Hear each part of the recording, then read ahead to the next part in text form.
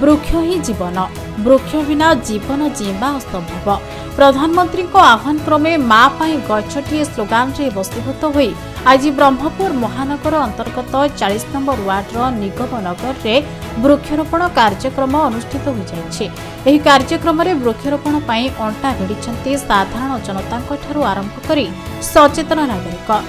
स्थानीय बासिंदाଙ୍କ सह बीजेपीर दलीय कर्मी और बीजेपीर जिला युव मोर्चा सभापति शिव नायक वर्तमान परिप्रेक्षी में 20टी वृक्ष लगा जाइथिले मध्य आगामी दिन में एही अंचल में आहुरी वृक्षरोपण कराजिबो बोली कहिसंती शिव नायक। वृक्षरोपण द्वारा वायुमंडल में अम्लजान स्तर को बढ़ाइबा सह धरित्री प्रदूषण मुक्त होई परिबो,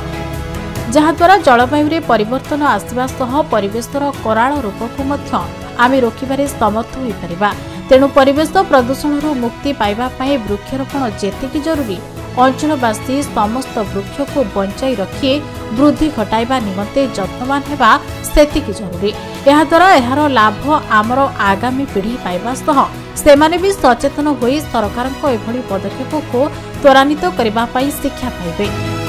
जहाँफल आगामी दिन में एक बड़ धरणर जीवन रक्षाकारी अम्लजान संकट को रोकवा दिगरे मानव समाज समर्थ हो पारिबो। मो ना हूँ अरविंद मंडल 40 नंबर वार्डर जड़े जनसाधारण व्यक्ति जड़े कौन कहे आज प्रधानमंत्री आह्वान क्रमे योजना रखाई वृक्षरोपण जमीक दुनिया तो समस्ते गछ लगाती किंतु गछटा को एमती से ना देकी जोटा कि गछटा सबुदिन रंचित होकर से दृष्टि से कहते जो गछटा लगे माँ ना जब लगे गछटा बहुत से निजे केयर नब से दृष्टि आज आम आंकुलीर जनसाधारण क्रमे भारतीय जनता पार्टी तरफ वृक्षरोपण करागला जोटा कि निगम नगर और लाइन रे 20टा गछ लगाई आहुरी अधिक गछ लगाई योजना चलती आज एका लगे से दृष्टि वृक्ष जदि नहीं दुनिया रे किसी ऑक्सीजन पाइबे लोक समस्त स्वास्थ्य खराब हम से दृष्टि प्रधानमंत्री योजना होती वास्तविकता दृष्टि गछ लगिले समस्त स्वास्थ्य भल रहा से दृष्टि गछ आज वृक्षरोपण करा माने शिवशंकर नायक गंजाम जिला युव मोर्चा सभापति आमर मंत्री ओडिशा सरकार विभूति भूषण जेना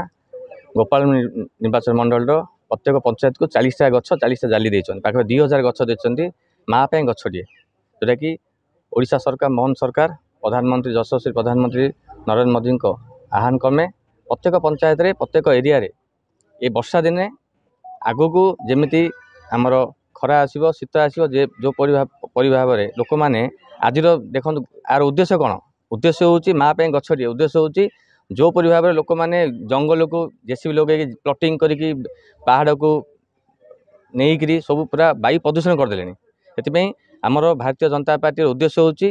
स्वच्छ निर्मल सरकार बर्तमान ओडिशा सरकार ओडिशा से